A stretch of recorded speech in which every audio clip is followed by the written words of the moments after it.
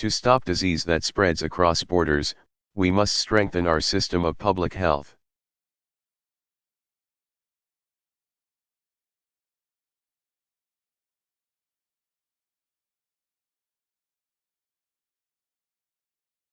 We will continue the fight against HIV/AIDS, tuberculosis, and malaria.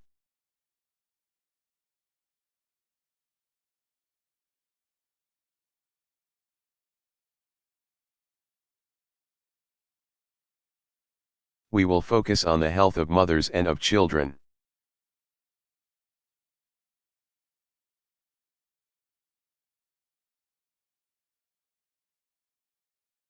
And we must come together to prevent and detect.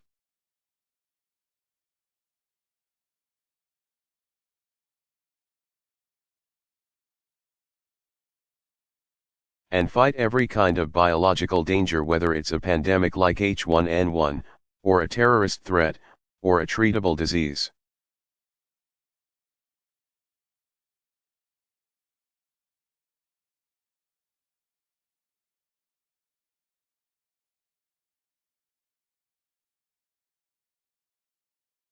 This week, America signed an agreement with the World Health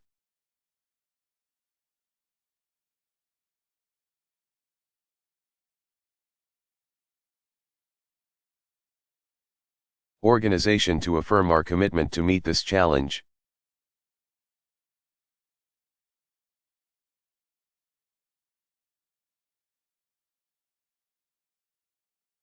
And today, I urge all nations to join us in meeting the HWO's sick goal of making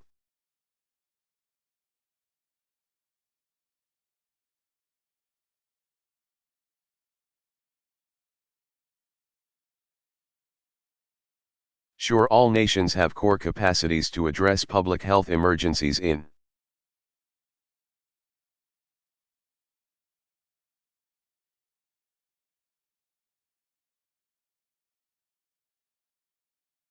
place by 2012. That is what our commitment to the health of our people demands.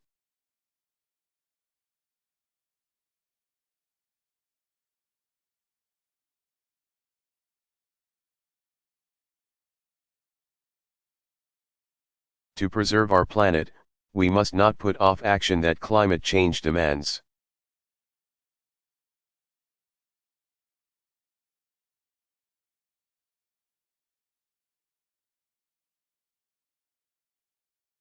We have to tap the power of science to save those resources that are scarce.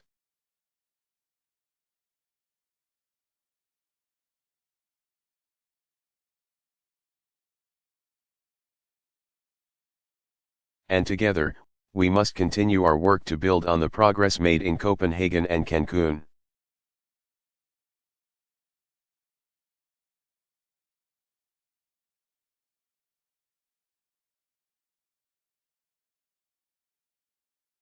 So that all the major economies here today follow through on the commitments that were made.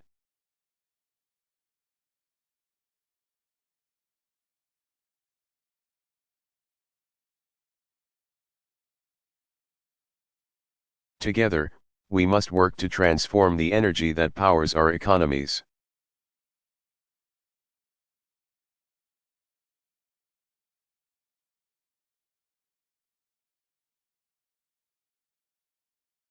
And support others as they move down that path.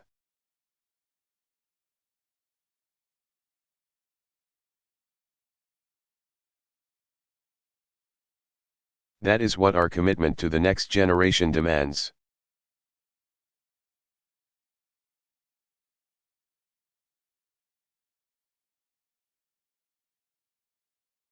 And to make sure our societies reach their potential, we must allow our citizens to reach theirs.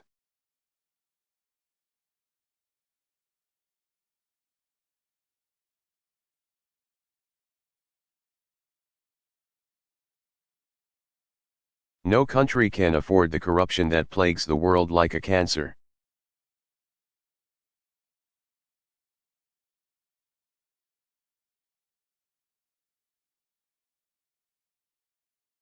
Together, we must harness the power of open societies and open economies.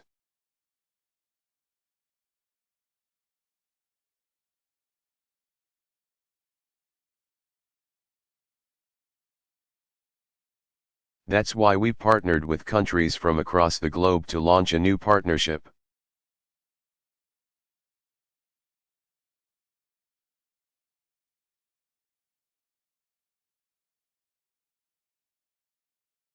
On open government that helps ensure accountability and helps to empower citizens.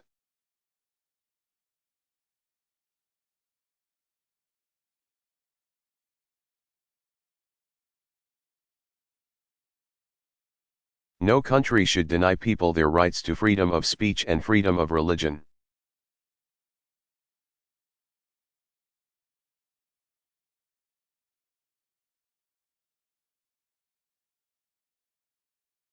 But also no country should deny people their rights because of who they love.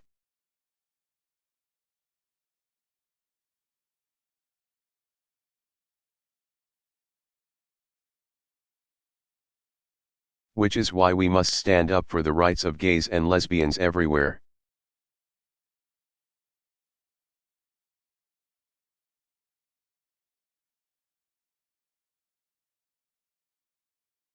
And no country can realize its potential if half its population cannot reach theirs.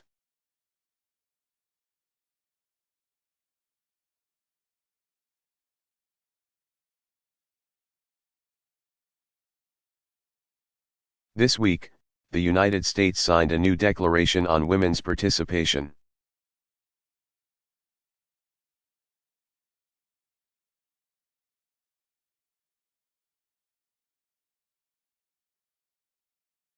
Next year, we should each announce the steps we are taking to break down.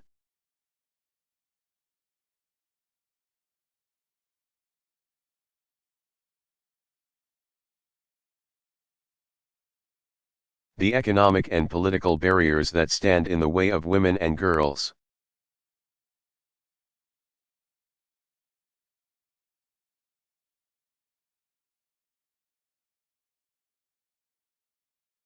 This is what our commitment to human progress demands.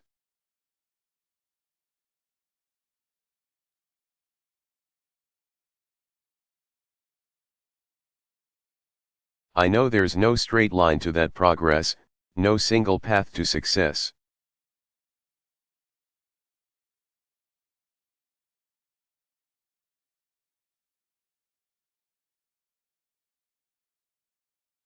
We come from different cultures, and carry with us different histories.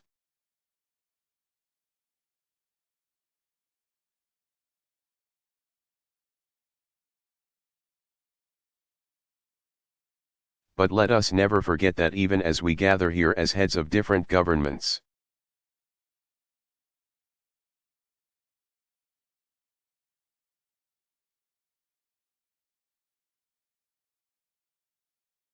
we represent citizens who share the same basic aspirations to live with dignity and freedom, to get an education and pursue opportunity.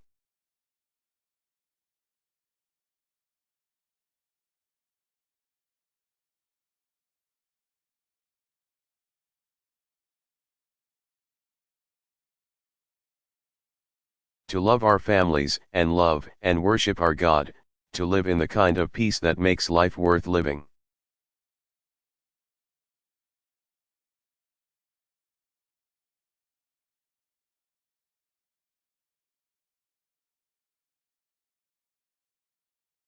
It is the nature of our imperfect world that we are forced to learn these lessons over and over again.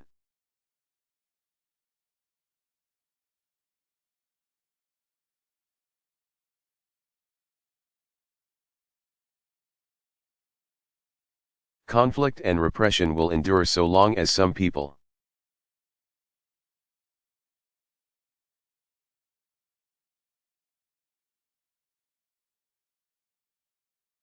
refuse to do unto others as we would have them do unto us.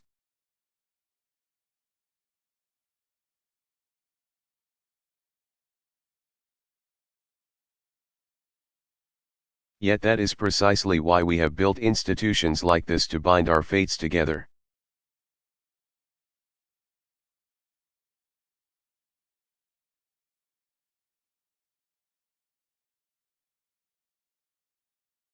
to help us recognize ourselves in each other, because those who came before us believed that peace is preferable to war.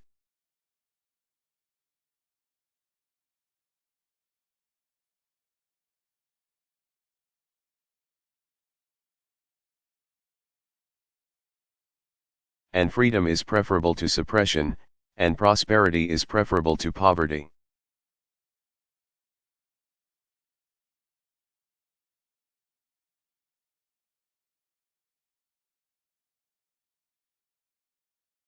That's the message that comes not from capitals, but from citizens, from our people.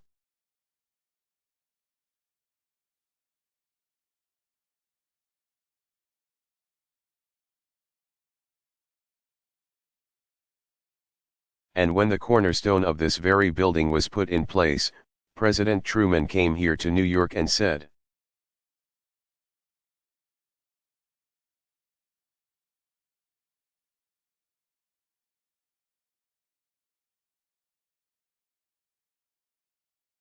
"The United Nations is essentially an expression of the moral nature of man's aspirations.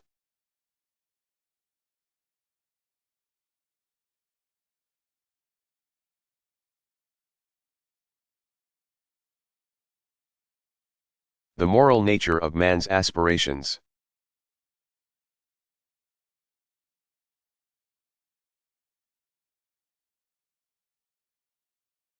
As we live in a world that is changing at a breathtaking pace, that's a lesson that we must never forget.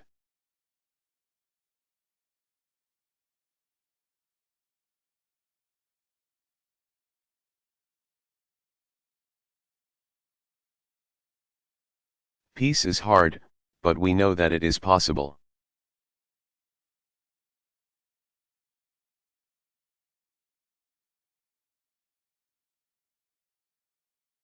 So, together, let us be resolved to see that it is defined by our hopes and not by our fears.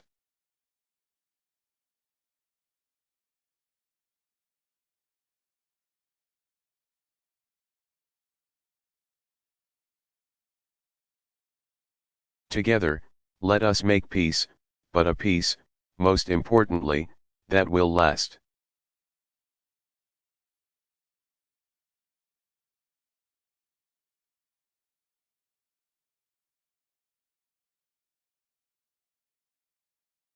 Thank you very much.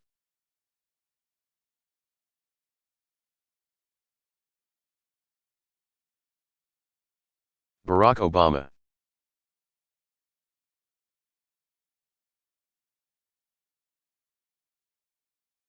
United Nations Security Council Address.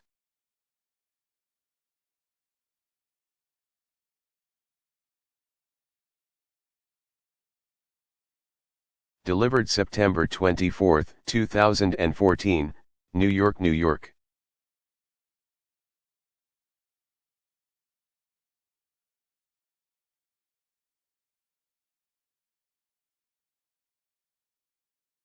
I thank His Excellency, the Secretary General, for his statement.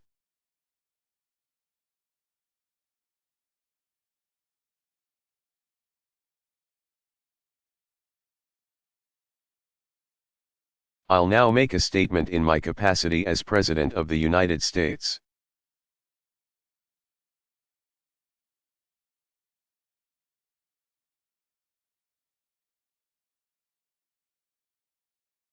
Mr.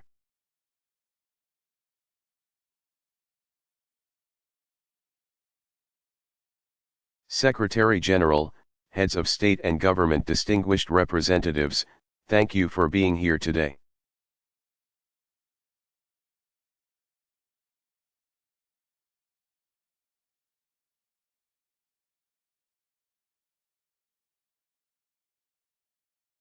In the nearly 70 years of the United Nations,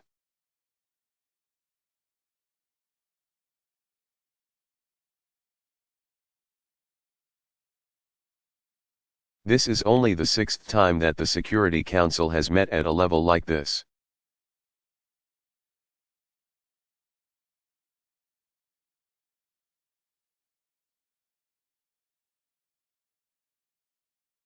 we convene such sessions to address the most urgent threats to peace and security.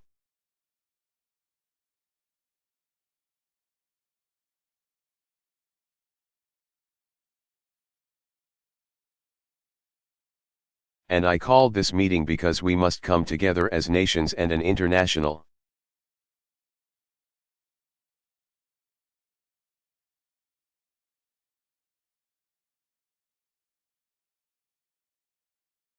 Community to confront the real and growing threat of foreign terrorist fighters.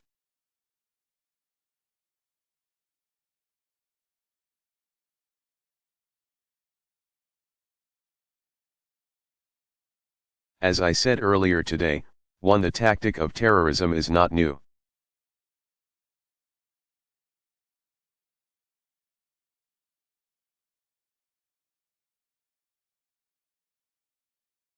So many nations represented here today, including my own.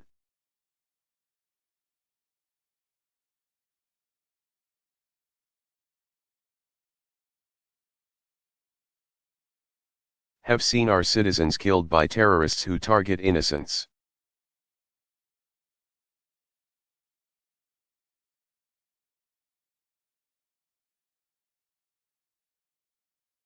And today, the people of the world have been horrified by another brutal murder.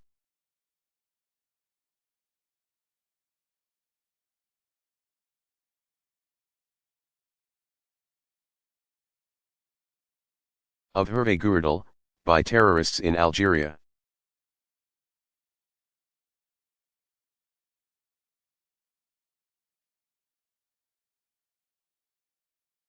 President Hollande, we stand with you and the French people not only as you grieve this terrible loss.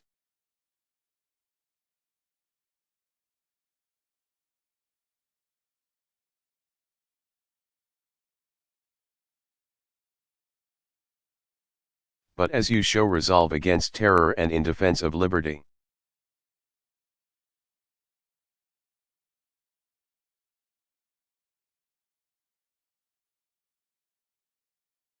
What brings us together today, what is new is the unprecedented flow of fighters in recent years to and from conflict zones.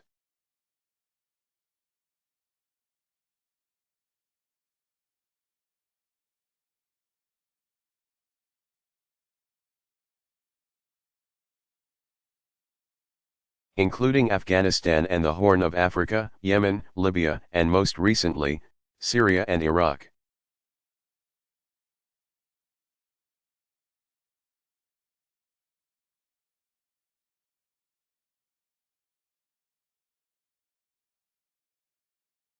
Our intelligence agencies estimate that more than 15,000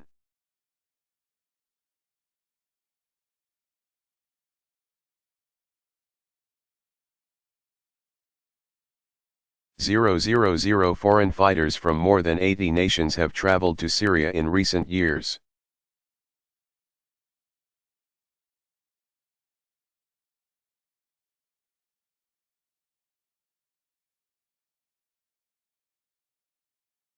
Many have joined terrorist organizations such as Al-Qaeda's affiliate.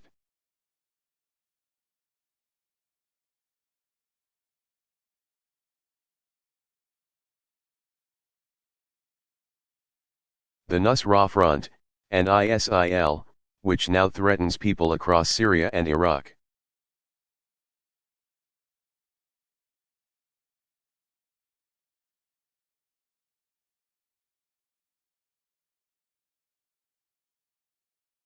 And I want to acknowledge and thank Prime Minister Abadi of Iraq for being here today.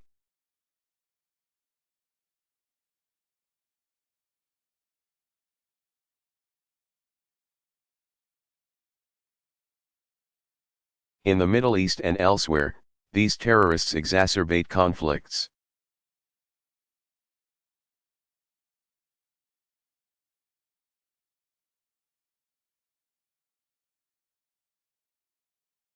They pose an immediate threat to people in these regions, and as we've already seen in several cases.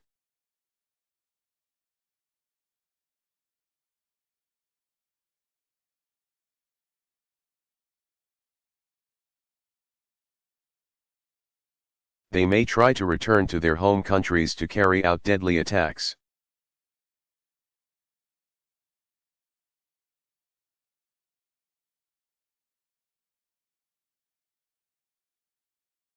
In the face of this threat, many of our nations working together.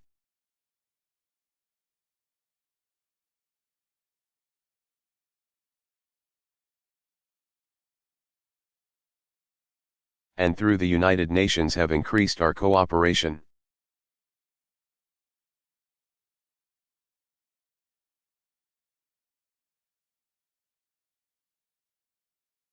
Around the world, foreign terrorist fighters have been arrested.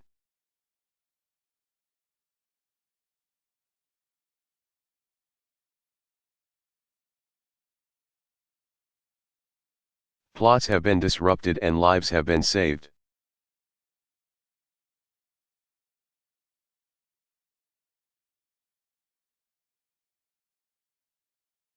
Earlier this year at West Point, I called for a new partnership to help nations build their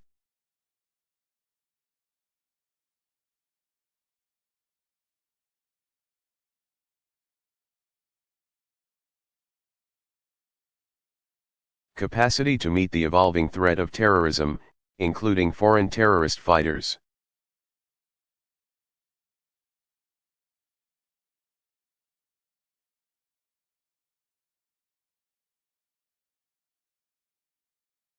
And preventing these individuals from reaching Syria and then slipping back across our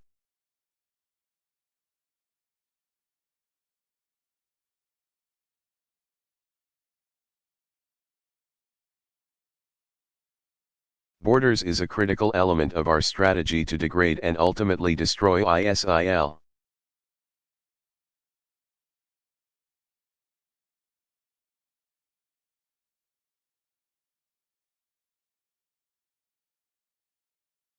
The historic resolution that we just adopted enshrines our commitment to meet this challenge.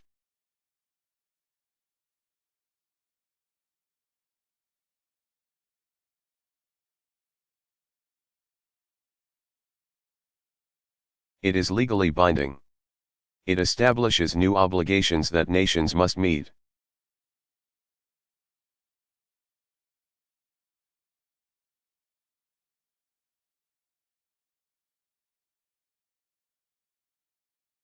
Specifically, nations are required to prevent and suppress the recruiting, organizing,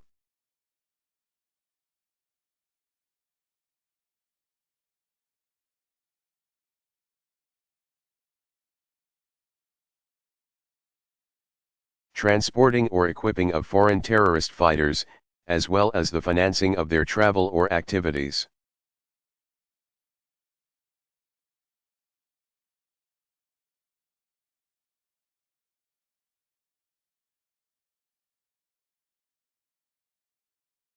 Nations must prevent the movement of terrorists or terrorist groups through their territory.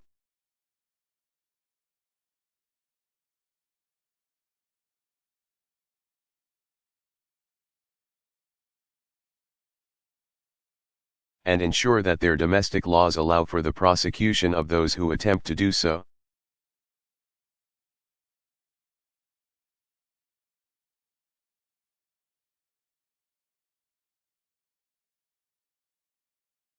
The resolution we passed today calls on nations to help build the capacity of states on the front.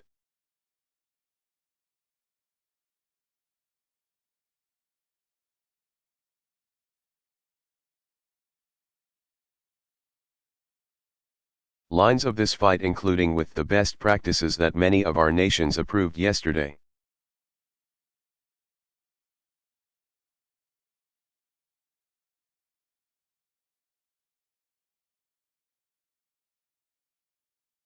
And which the United States will work to advance through our Counter-Terrorism Partnerships Fund.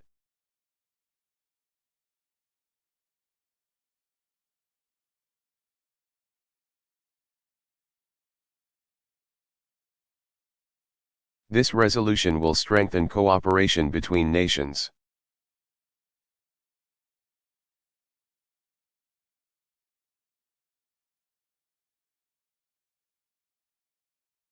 including sharing more information about the travel and activities of foreign terrorist fighters.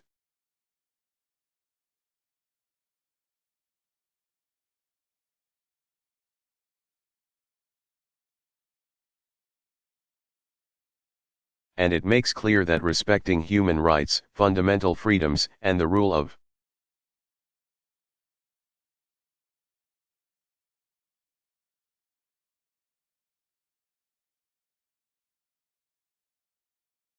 law is not optional, it is an essential part of successful counter-terrorism efforts.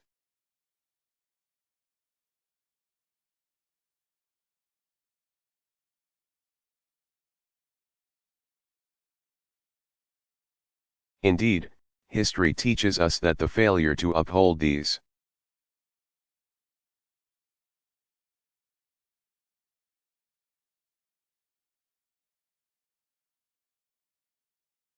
rights and freedoms can actually fuel violent extremism.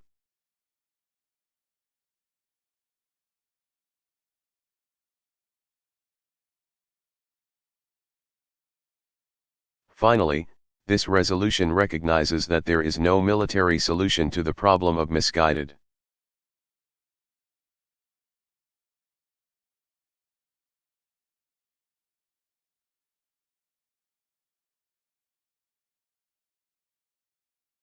individuals seeking to join terrorist organizations, and it, therefore, calls on nations to work together to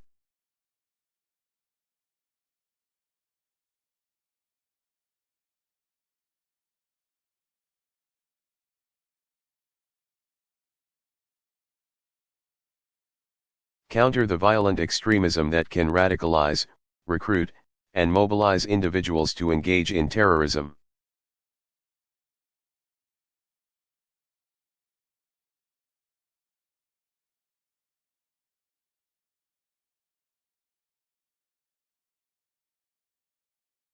Potential recruits must hear the words of former terrorist fighters who have seen the truth that groups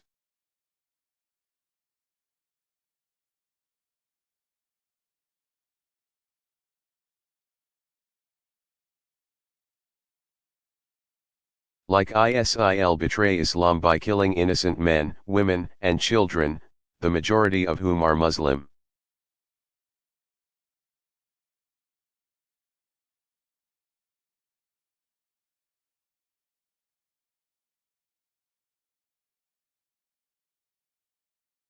Often it is local communities, family, friends, neighbors, and faith leaders that are best able to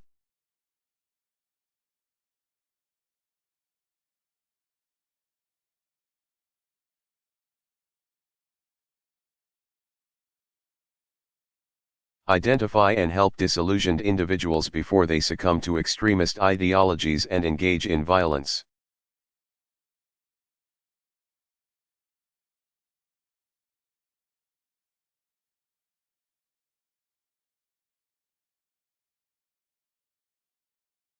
That's why the United States government is committed to working with communities in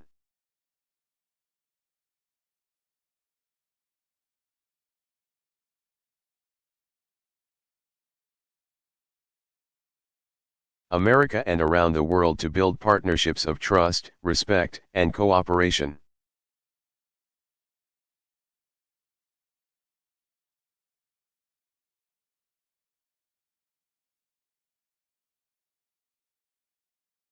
Likewise, even as we are unrelenting against terrorists who threaten our people,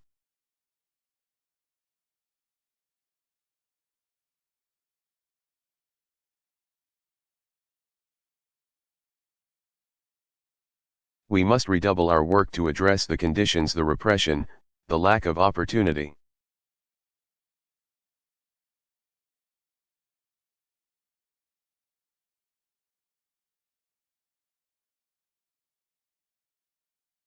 too often the hopelessness that can make some individuals more susceptible to appeals to extremism and violence.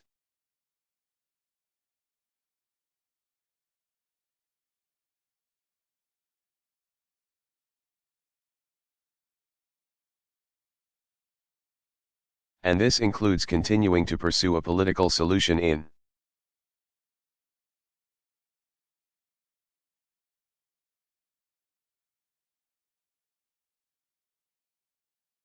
Syria that allows all Syrians to live in security, dignity, and peace.